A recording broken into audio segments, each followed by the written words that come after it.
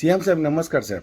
काल जो ऐरोलीमध्ये घटना झाला ना, ज्या घटनेमध्ये 9 वर्षाचा मुलगाचा बली गेला, ते अपघात नाही आहे साहेब, ॲक्सिडेंट नाही आहे, त्याचा मर्डर झाला आहे. आणि मर्डर आहे ना शासकीय लोकांनी केलं आहे साहेब. ते आर-टी-ओ ऑफिसर जे तिकडे बाईकवाल्यांना आणि फोर व्हीलरला हे मारतात ना, फाईन मारतात, त्यांना ते खड्डा दिसत नाही का साहेब?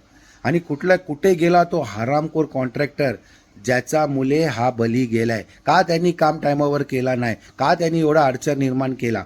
आणि साहेब मला असं लोकल लोकांनी तिकडे सांगितलंय की अपघात झाल्यानंतर एक दीड तासानंतर शासकीय लोकांनी तिकडे येऊन यांना खड्डा बुजवला. काय एवढं दिवस त्या लोकांनी वाट पाहिला?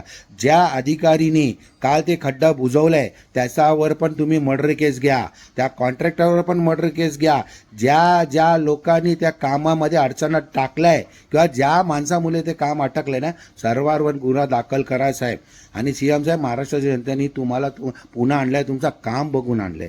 तर ह्या मुलगाचा आई वडिलांना न्याय मिळण्यासाठी तुम्ही जरा धावपळ करून आणि महाराष्ट्राचा जनतेचा जीव वाचवण्याचा आणि जीव धोक्यामध्ये जायला नको याच्यावर जास्त लक्ष द्या. राजकारण कमी करा आणि आपल्या जनतेचा साथ द्या साहेब. लय वाईट वाटतंय तरी मी बोलतोय.